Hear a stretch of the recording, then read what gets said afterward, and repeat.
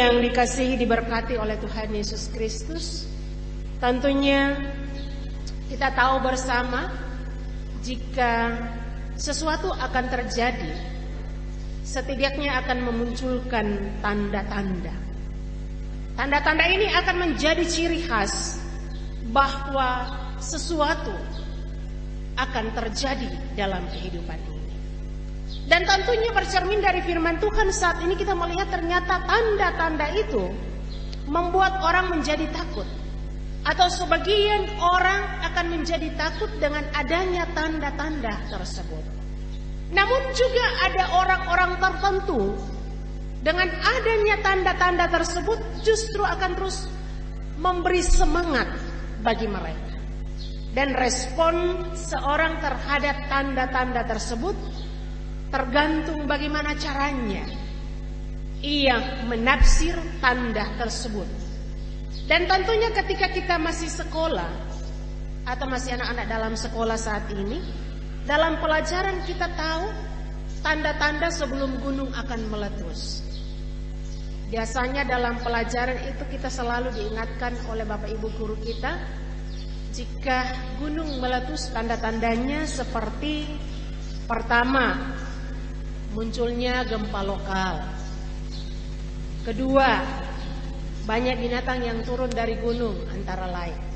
Dan yang ketiga, meningkatnya suhu di sekitar gunung yang akan meletus. Bila tanda-tanda ini sudah ada, segeralah waspada dan siap-siap untuk mengungsi. Biasanya kita akan berwaspada jika tanda-tanda ini menunjukkan dalam kehidupan kita. Saudara-saudaraku yang dikasihi diberkati Tuhan, dalam pembacaan kita saat ini juga Lukas atau Injil Lukas mau menerangkan tanda-tanda terjadinya atau datangnya anak manusia untuk kedua kali. Dalam bacaan kita sangat jelas di ayat yang ke-25 dan 26. Di sana dikatakan tanda-tanda matahari dan bulan dan bintang, dan di bumi bangsa-bangsa akan takut, bingung menghadapi deru dan gelora laut. Orang akan mati ketakutan karena kecemasan berhubung dengan segala apa yang menimpa bumi ini. Kuasa-kuasa langit akan goncang. Ini yang diuraikan dengan jelas oleh Injil Lukas dalam bacaan kita tadi. Dan tanda-tanda yang dimaksudkan ini menurut Dr. Bolan adalah samar dan tidak dapat dipakai untuk membuat perhitungan mengenai kesudahan. Oleh karena itu dimaksudkan supaya kita rajin memperhatikan. Atau oleh karena itu tidak dimaksudkan maksudnya supaya kita tidak selalu tergantung atau merasa ketakutan dalam menghadapi situasi seperti ini. Tetapi kita sebagai manusia yang memiliki Allah diingatkan untuk memahami berbagai gejala-gejala alam sebagai bagian dari ciptaan Tuhan yang mengingatkan kehidupan beriman kita. Sekali lagi dalam bacaan kita tadi mengenai tanda-tanda yang diuraikan oleh Injil Lukas.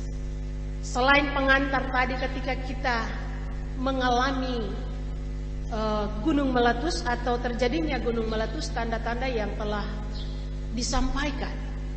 Dan ini sekali lagi Injil Lukas mau memberikan pemahaman kepada kita adanya tanda-tanda ketika anak manusia itu akan datang di tengah-tengah kehidupan kita.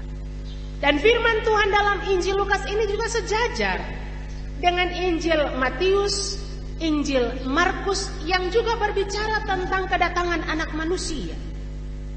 Sehingga akan memunculkan pertanyaan, kapan hari atau waktu kedatangan anak manusia itu?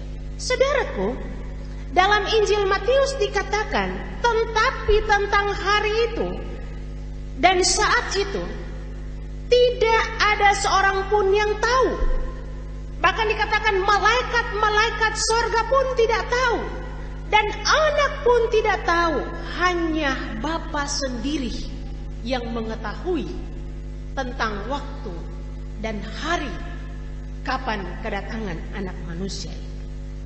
Namun walaupun kedatangannya sangat rahasia, tapi kita diberi tanda-tanda. Bukan secara tiba-tiba Bapak Ibu Saudara.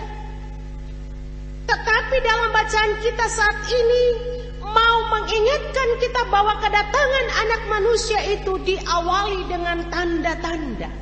Sehingga tanda itu sangat penting supaya kita bersiap-siap untuk menyambut kedatangan anak manusia dalam kehidupan ini.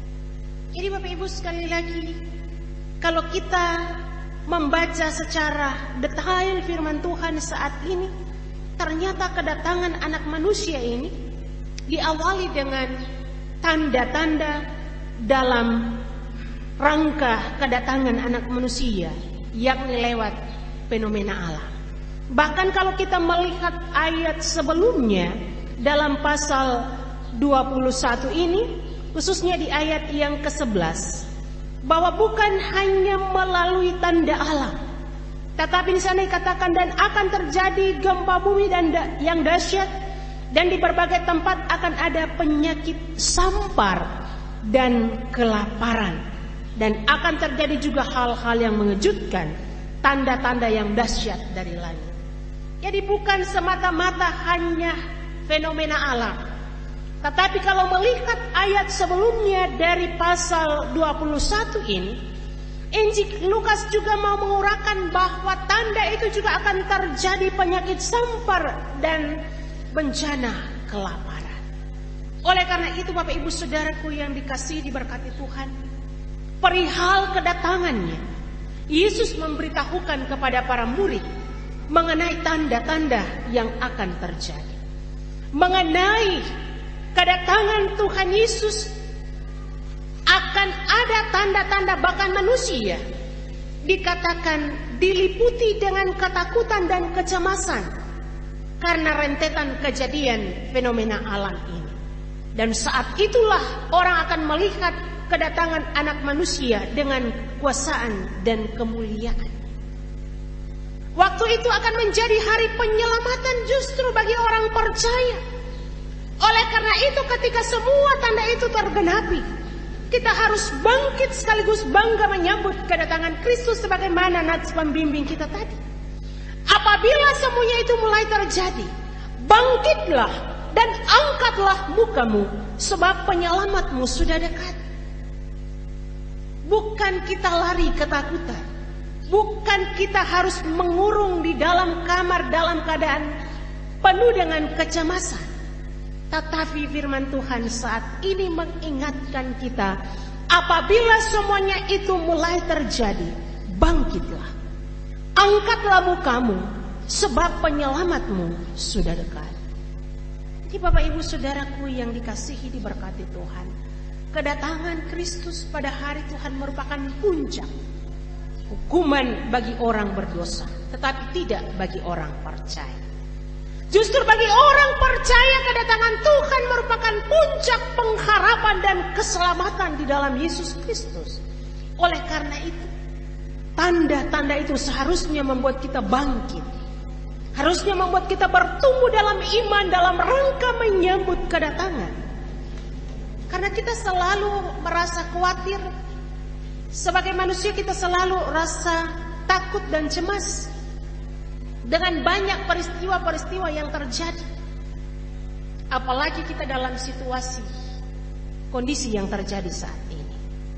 Apakah itu bisa disebut sebagai tanda kedatangan anak manusia? Ini yang patut kita refleksikan bersama kalau kita kaitkan dengan ayat yang ke-11, bahwa selain fenomena alam ada penyakit sampar dan kelaparan. Virus corona bisakah dikategorikan sebagai penyakit sampar? Yang pasti bahwa segala penyakit yang muncul dalam kehidupan kita adalah merupakan salah satu dari penyakit sampar yang juga merupakan tanda-tanda kedatangan anak manusia.